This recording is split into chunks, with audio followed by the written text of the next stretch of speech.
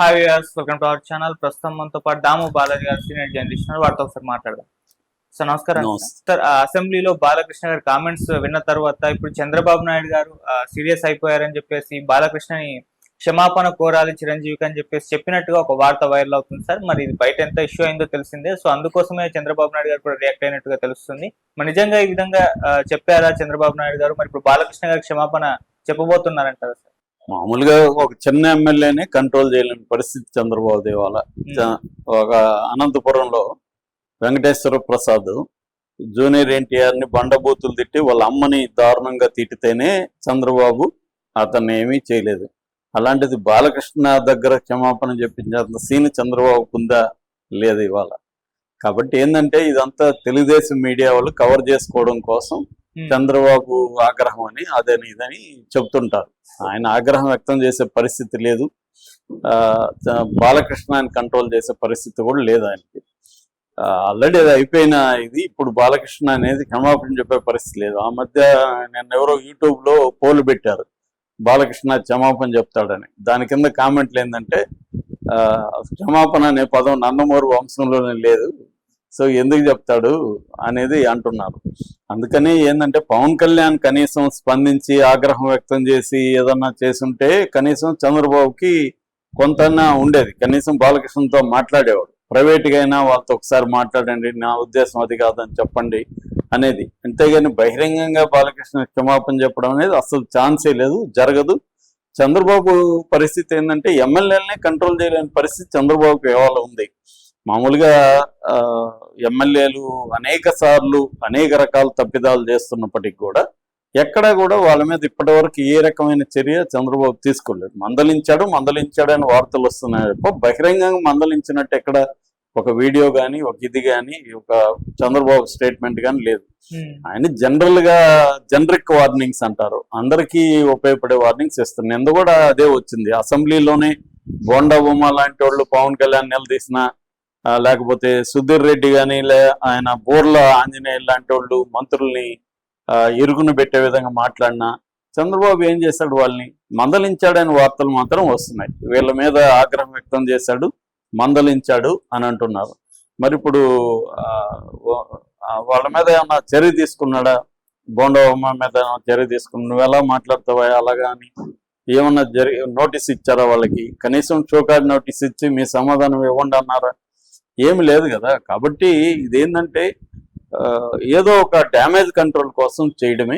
అందుకనే పవన్ కళ్యాణ్కి health బాగాలేకపోయినా immediate గా లోకేష్, చంద్రబాబు కూడా ఆయన ఆరోగ్యం త్వరగా కోలుకోవాలని ఒకే రకమైన ట్వీట్ ఇద్దరికి ఎవరో ఒకరే రాసినట్టుగా మనకు అర్థమవుతుంది. ఒకే పదాలు, ఒకే వ్యవహారం ఉంది.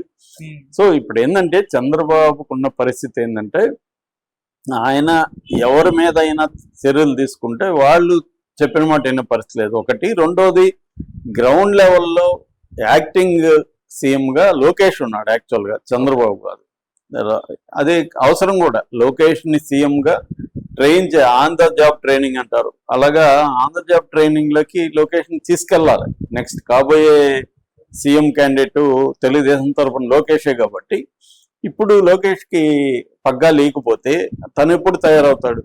అందువల్ల చంద్రబాబు చేస్తున్నది కరెక్టే. కాబట్టి ఏదన్నా చర్య తీసుకోవాలన్నా లోకేష్ తీసుకోవాలా. లోకేష్ ఇప్పుడు దీని మీద ఎందుకు తీసుకుంటారు? పవన్ కళ్యాణ్ అవసరమే కానీ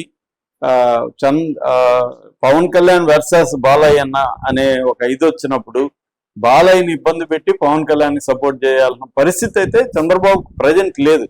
అంత అవసరం అయితే లేదు. నిజానికి బీజేపీతో చంద్రబాబు ఉన్నాడంటే బీజేపీకి కూడా చంద్రబాబు అవసరం అంతే ఉంది. ఆడేమి బీజేపీకి కూడా భయపడాల్సిన అవసరమే లేదు చంద్రబాబు. బీజేపీకి కూడా అంత అవసరం ఉంది. బీజేపీ నుంచి బయటకు వస్తే చంద్రబాబు కూడా ఇబ్బందులు ఉన్నాయి. కాబట్టి ఇవన్నీ చంద్రబాబుకు తెలియంది కాదు. ఆయనకి 45 ఏళ్ళ ఎక్స్పీరియన్స్ ఉంది. ఎక్కడ ఎలా స్పందించాలి ఏంటి అనేది ఆయనకి తెలుసు. ఆయన డిసైడ్ అయితే ఎమ్మెల్యేల మీద చర్య తీసుకోవడం ఎంతసేపు, ఆయన డిసైడ్ కాలేదనేది అర్థమవుతుంది మనకు. సో ఆయన్ని బేరీజ్ వేసుకుని వాళ్ళు మూవ్ అవుతారు. ఇప్పుడు జూనియర్ ఎన్టీఆర్ మీద ఆయన మాట్లాడినప్పుడు దాని మీద ఆయన మీద చర్య తీసుకుంటే వచ్చే నష్టం ఏంటి, లాభం ఏంటి అనేది చంద్రబాబు బేరీజ్ వేసుకుంటాడు కదా. జూనియర్ ఎన్టీఆర్ వల్ల వాళ్ళకేంటి ఉపయోగం? తెలుగుదేశానికి నష్టమే తప్ప జూనియర్ ఎన్టీఆర్ వల్ల. జూనియర్ ఎన్టీఆర్ ని వైసీపీ ఉపయోగించుకుంటే కూడా జూనియర్ ఎన్టీఆర్ ఎప్పుడు దాన్ని ఖండించలేదు. అవును. ఎప్పుడూ తెలుగుదేశాన్ని ఓన్ చేసుకోలేదు గత కొంతకాలంగా. కాబట్టి జూనియర్ ఎన్టీఆర్ కి ఓటు బ్యాంక్ కూడా ఏమి సపరేట్ గా లేదు. అభిమానులు వేరు, ఓటు బ్యాంక్ వేరు. అభిమానులందరూ ఏమి జూనియర్ ఎన్టీఆర్ అభిమానులంతా ఎవరికి ఓటేస్తారు? మెజారిటీ వీళ్ళకే వేస్తారు, తెలుగుదేశంకే వేస్తారు.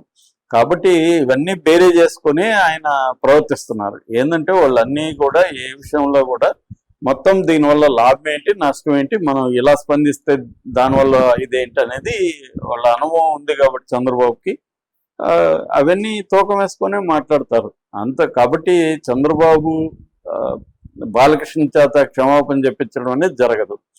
ఆల్రెడీ ఆయన చిరంజీవి ఇచ్చేశాడు ప్రకటన, అయిపోయింది, ఇంకా ఇష్యూ అయిపోయింది.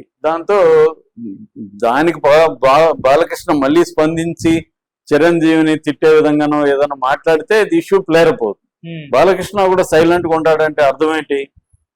చిరంజీవి ప్రకటన ఒప్పుకున్నట్టే కదా ఒక రకంగా. దానికేం ఆయన కౌంటర్ ఇవ్వలేదు. నువ్వు చెప్పింది అబద్ధమయ్యా, నువ్వు అబద్ధాలు చెప్తున్నావు, నాకు తెలిసి ఏం జరిగిందో అని చెప్పొచ్చు కదా. చిరంజీవి ఏమంటున్నాడు?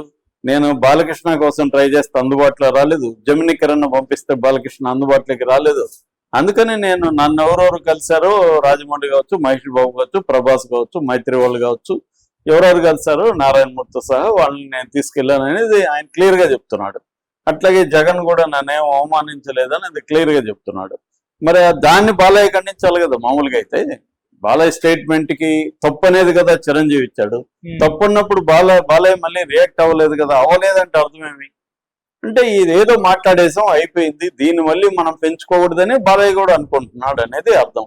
ఆ మేరకి చంద్రబాబు కూడా ఊరటే కదా. ఇప్పుడు బాలయ్య గాని మళ్ళీ రియాక్ట్ అయ్యి ఆయన లెటర్కి ఈయన ఒక లెటర్ రాసి లేకపోతే ఈయన స్టేట్మెంట్ ఇచ్చాడున్నాడు అనుకో బాలయ్య చిరంజీవి తప్పని, అప్పుడు ఇబ్బంది అవుతుంది.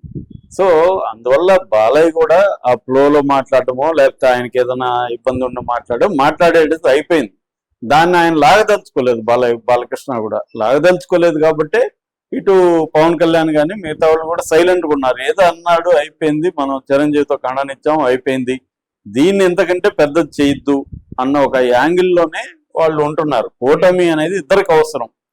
చంద్రబాబుకి కూటమి అవసరం, అంటే బీజేపీ జనసేన అవసరం, జనసేనకు కూడా చంద్రబాబు లేదా తెలుగుదేశం అవసరం. కాబట్టి ఈవెన్ బీజేపీకి కూడా తెలుగుదేశం అవసరం. సెంట్రల్ లెవెల్లో బీజేపీ చంద్రబాబు అవసరం, బీజేపీకి కూడా బలంగా ఉంది.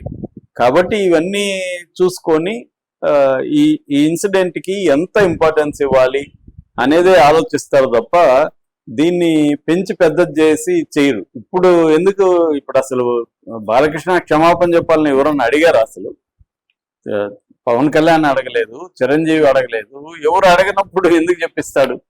అడిగితేనే చెప్పించరు, అడగకుండా ఎందుకు చెప్పిస్తారు ఇది?